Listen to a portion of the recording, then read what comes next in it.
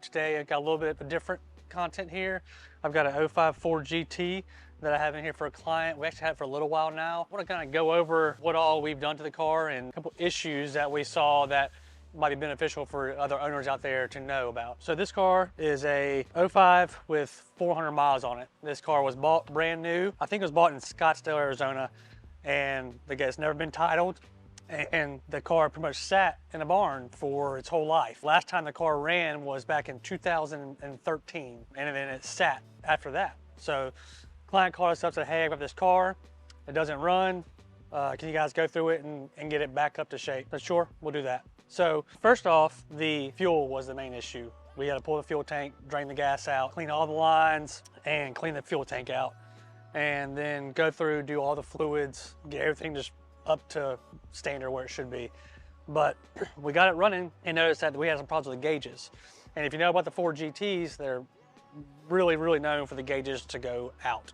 And a lot of them are the ultrasonic stuff, and it's just not a good system. Autometer actually manufactured the gauges for the Ford GT, and you can actually buy the gauges directly from Autometer now that match the OE gauges perfectly, but they actually went through and updated some of the hardware in there to where they will not fail again. So we replaced the boost gauge, fuel gauge on this car because they both weren't working. When the fuel gauge started working, we started getting power to it, we noticed that the level was not correct. So we went through, tested everything we could, and we came down to one thing: the fuel level sensor was not working. Now in this car, the fuel level sensor is ultrasonic, and it sends a wave out to read the level of the fuel.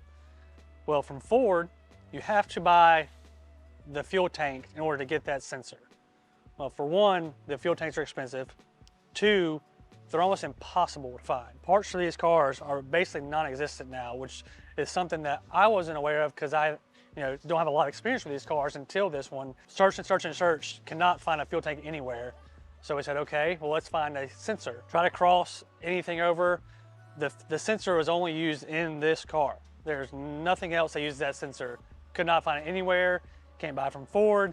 I actually found a guy that I just searched forums for hours, and I found some random guy that had some old new stock in these sensors. I actually was able to buy one from him. I think he's got 2 or 3 left, but in order to get the fuel level right, we had to drop the fuel tank again, put the sensor in, and then install everything back up, and then it actually works now. One thing with these cars, if you're looking to buy one of these, just know that parts are extremely hard to find, and everything's a little bit different on this car. Even the fuel tank, if you've seen the fuel tank in these cars, it's pretty small. It's about that wide, but it runs across the whole entire length of the car. And in order to get everything out, you have to pull the interior out.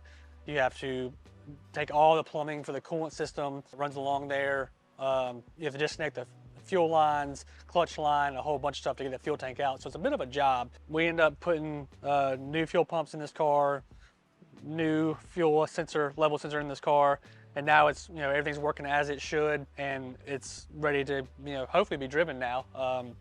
Put some miles on the car, is what the owner wants to do. But anyways, this is a car that I want to start kind of diving into a little bit more. It really shows when Ford puts their mind to something, they can really produce something amazing. This car is amazing.